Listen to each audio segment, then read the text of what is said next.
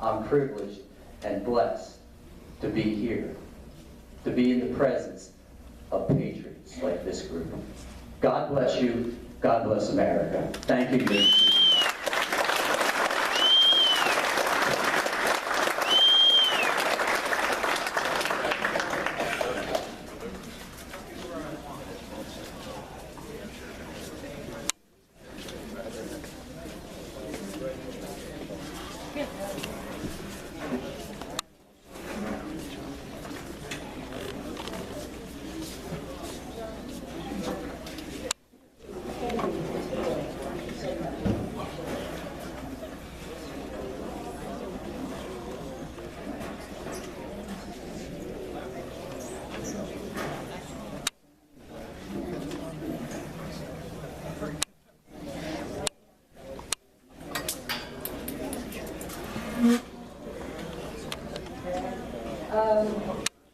Thank you, Representative Jones. I appreciate your coming to our meetings as often as you do. We really appreciate that.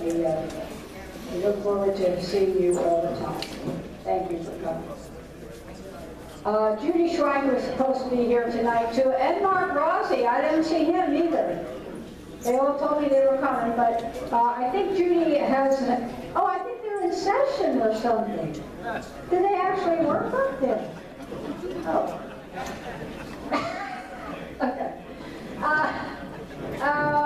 Judy, would you come up and read, I think it's called, What Happened to the 56 Signers of the Declaration of Independence? Okay, what happened to the 56 signers of the Declaration of Independence? 5 of the signers were captured by the British as traitors and were tortured before they died. 12 had their homes ransacked and burned. 2 lost their sons serving in the Revolutionary Army, and another had 2 sons captured. 9 of the 56 fought and died from wounds or hardships of the Revolutionary War. They signed and they pledged their lives, their fortunes, and their sacred honor. What kind of men were they? Well, 24 were lawyers and jurists.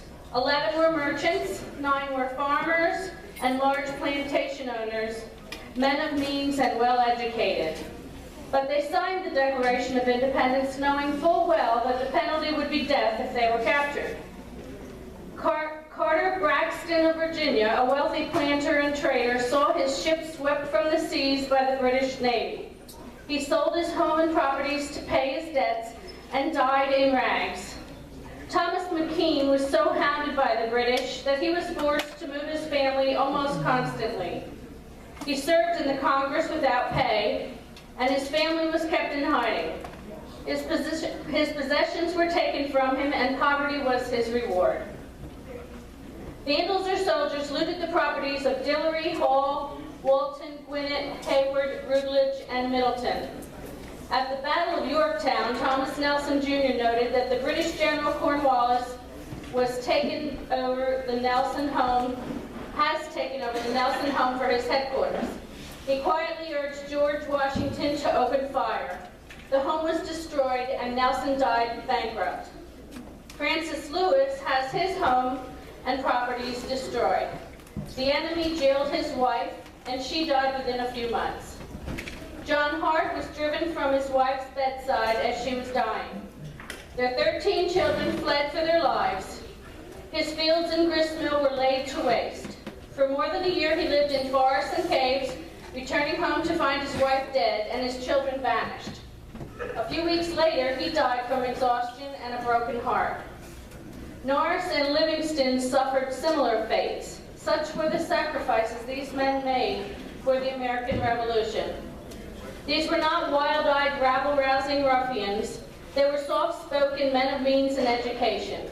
They had security, but they valued liberty more. Standing tall, straight, and unwavering, they pledged, for the support of this declaration, with firm reliance on the protection of the divine providence, we mutually pledge to each other our lives, our fortunes, and our sacred honor. They gave you and me a free and independent America. The history books never told you a lot about what happened in the Revolutionary War. We didn't just fight the British, we were British subjects at the time, and we fought our own government. Some of us take these liberties for granted, and we shouldn't. So take a couple of minutes while enjoying your holiday and silently thank these patriots that gave so much. It is not a lot to ask because of the price they paid. You and I live in a free country. Let's all remember that freedom is never free. Thank you. Thank you.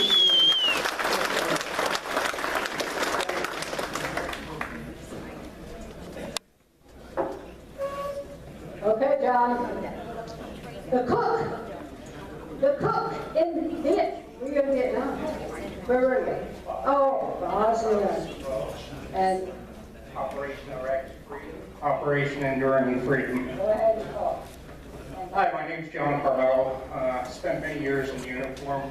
I currently have a son who is a staff sergeant right now up at Indian Town Gap, which I'm proud of.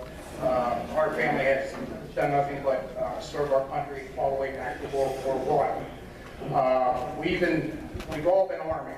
Okay, we had one Navy guy who wanted to become a submariner. We disowned him though, Mr. Miller. Okay. They said the only thing necessary for the triumph of evil is for good men to do nothing. And in now day and age, I look at it as good men and women. Because it's the women that enlist nowadays, but usually they're the caregiver. They take care of the children. They stay behind. I know that through the relationships and the deployments that I've had, multiple relationships have failed because of service to one's country. But you know what? I would not change a damn thing. Okay, those young men and women that came here tonight with the junior ROTC, they may be the tip of tomorrow's future spirit that may need to be used in combat. And for that, I salute the youngsters of nowadays. December 7th has just passed. You know, Admiral Yamamoto had said, I fear all we have done is waken a sleeping giant. Well, we need to get back to that because somewhere along the lines, our enemies do not fear us anymore. They sure as hell don't fear the president, okay? And the brave men and women who said, I will support and defend the Constitution of the United States from both enemies, foreign and domestic, we should be proud of that, okay? Because you put your name on a dotted line. Purple Heart, scars, AKs, IEPs, it doesn't matter, all right? I don't care if you were the cook, I don't care if you were a grunt, ground pounder, special ops, you know, combat medics, it doesn't matter. You said you were willing to do your all and serve your country. Nowadays, our mental health system for our veterans, I thank God every day for people like Liz and Doug Graybill, because those are the people that are willing to take that suicide call and answer that call and say, I am here for you. If you need me, I will come. 22 vets each day take their own lives. That's too damn many. And where is our government? Oh, they want to criticize the VA and fire administrators. There's good people that work in the VA, and we should support them because a lot of them came from the military. And those are things that we should remember. The gentleman said about Korean War, forgotten war. You're not forgotten. Vietnam, you're not forgotten. Missing man table back there, you're not forgotten. I may not have been around during those generations, but I remember. And I will tell your story. People like Ted Williams out there, Rocky Blyer, people like Pat Tillman, who gave up athletic money to go serve their country. Okay? Ted Williams, World War II and Korea. All right? Those are people I can respect, not these damn athletes out there that want to collect a paycheck every now and then. All right? Those aren't heroes. We had true heroes out there in my generation. People like, you know, Chris Kyle, okay? Marcus Luttrell, Navy SEALs. I have nothing against the Navy. But, you know, you have people out there, you know, Rob O'Neill, supposedly killed Osama bin Laden. Those are people I can respect. My son, who was blown up in Iraq and made it to hell back, okay, and still serves. Those are people I tip my hat to. And the future, I tell you, I look at the greatest generation. If you get the opportunity, you bring Tom Brokaw, the greatest generation, and the greatest generation speaks. Some may not agree with him as a NBC guy or whatever else, but it tells a story. You know, people like Staff Sergeant Travis Mills out there, as tough as they come, one of 5 living quadruple amputees, lost every single limb to IEDs, and we cry and we complain about the weights we have in this world. We should thank God for what we do have. There's a staff sergeant right now, no, stand corrected, sergeant first class for the politicians. E7, Charles Martland. He's a Green Beret, a snake eater. Over in Afghanistan, he decided to have a real conversation with a police commander that was molesting children. And he gave him a little bit of an attitude adjustment. And now they want to kick him out of service. So I ask everybody, contact your representative and say, hey, let this gentleman stay. 11 years an operator, okay? We don't serve tea. We don't knock on doors. We break things, all right? That's what we do. We don't public speak either, okay? Now, in closing, I'd like to see, through Doug and Liz's organization back there, I'd like to see Veterans Court, not only in Berks County and a few of the other counties, I'd like to see you get involved and get it in every county in PA. Then I'd like to see it nationwide. And as far as health care for veterans, the hell with the VA system, all right? What we need to do is say, if you could show a DD-214 or you could show a VA ID card, you should be able to walk in any clinic, any hospital, anywhere, and you should be able to get treated immediately.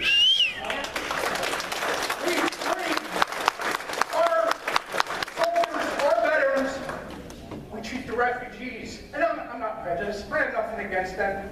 You know what, Ellis Island, my family came through there a long time ago. But you know what, give us the same damn option that you're going to give these people who've never done a damn thing for this country. All right?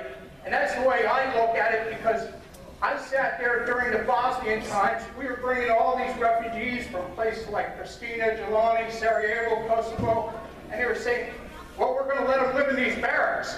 But those barracks weren't fit for human habitation, but us soldiers were living in it.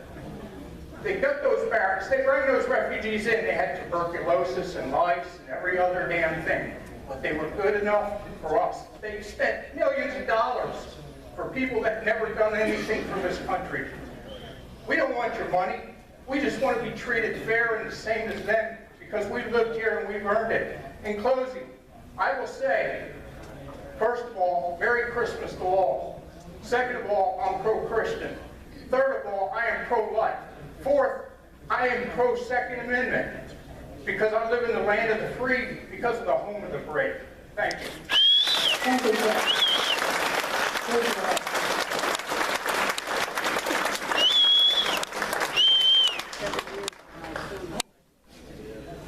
There's a lot of veterans here, but nobody, or hardly any of you, did this game that we have back here. Now, we have prizes.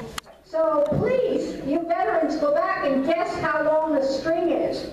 You might win a prize. Now, of course, there's only about 3 or 4 that signed up. It makes our odds a little better.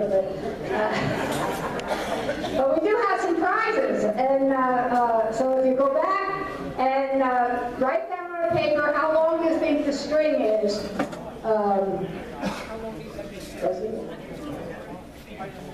Jim Reed, are you in the kitchen? Come on out here.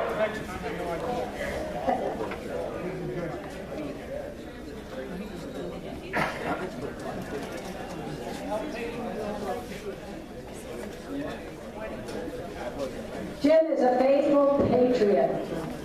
He's at every one of our meetings. And he's the one that makes the best hot dogs in the world. Right?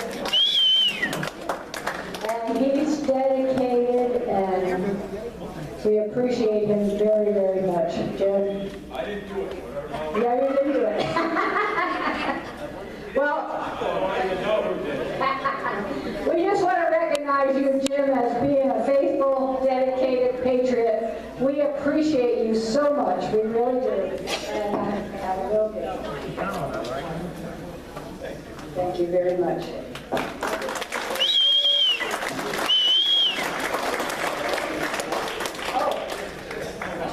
He says he has 35 hot dogs left, so get over there and get some. And the string game. Okay? Yeah.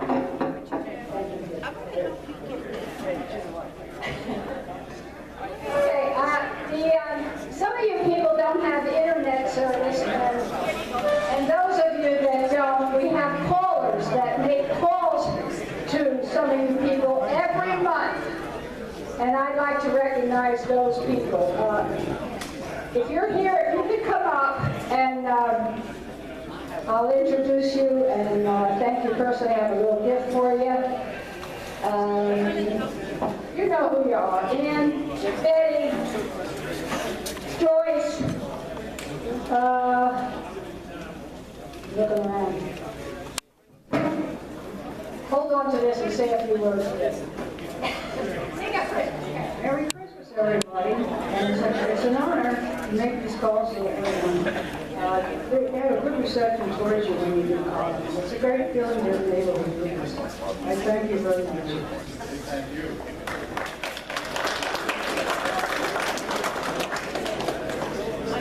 Merry Christmas.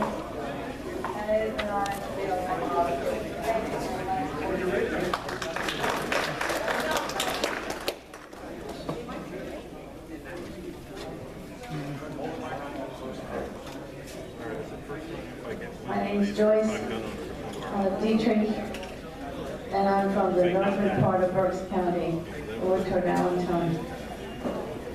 And I enjoy making the calls also.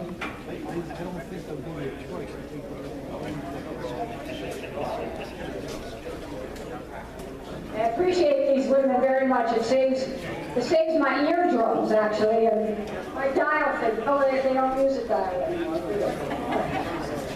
You can tell how old I am. You already heard from me, but Merry Christmas, everybody. Talking about a dial phone. I have one yet. It's in my kitchen. And my grandchildren were there one day, and they said, Grandma, how do you operate that thing? Stick your tongue in it. Oh my gosh, thank you girls very much, I appreciate it.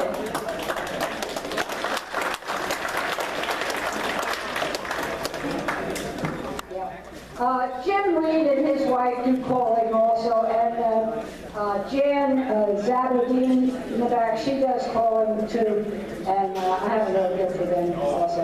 Did you all sign up now for the spring game? Go back and sign up. Because I'm ready to announce the winner. Well, go sign up quick. Okay, we're just about concluded. This will be a short night, but I want to thank everybody. What? Oh! You ran out. No, I did not run out. Where's those fish? I don't need this. You are. I'm Shirley Meshwa. And if anybody's interested, look back there called One Infantryman's Journey. It's about my cousin's story in the Korean War and my writing. $10 goes to the Paralyzed Veterans of America. It's a real good book. I loved it. She's right. You'll laugh, you'll cry, you'll love it. I did. I love it. Here's a gift for you. Thank you. Now don't forget, sign up for the bus trip, $24. We got to get up there to Harrisburg and tell the big wolf, the big bad wolf, that we don't want these 24 to 32-year-old fighting men to come in here. We'll take the women and children, but the fighting men can't come. Right? We'll take the Christians also. Okay. Thank you all for coming. Thank you all for bringing your gifts for the kids and supplies for the veterans. appreciate it very much. Thank you for bringing food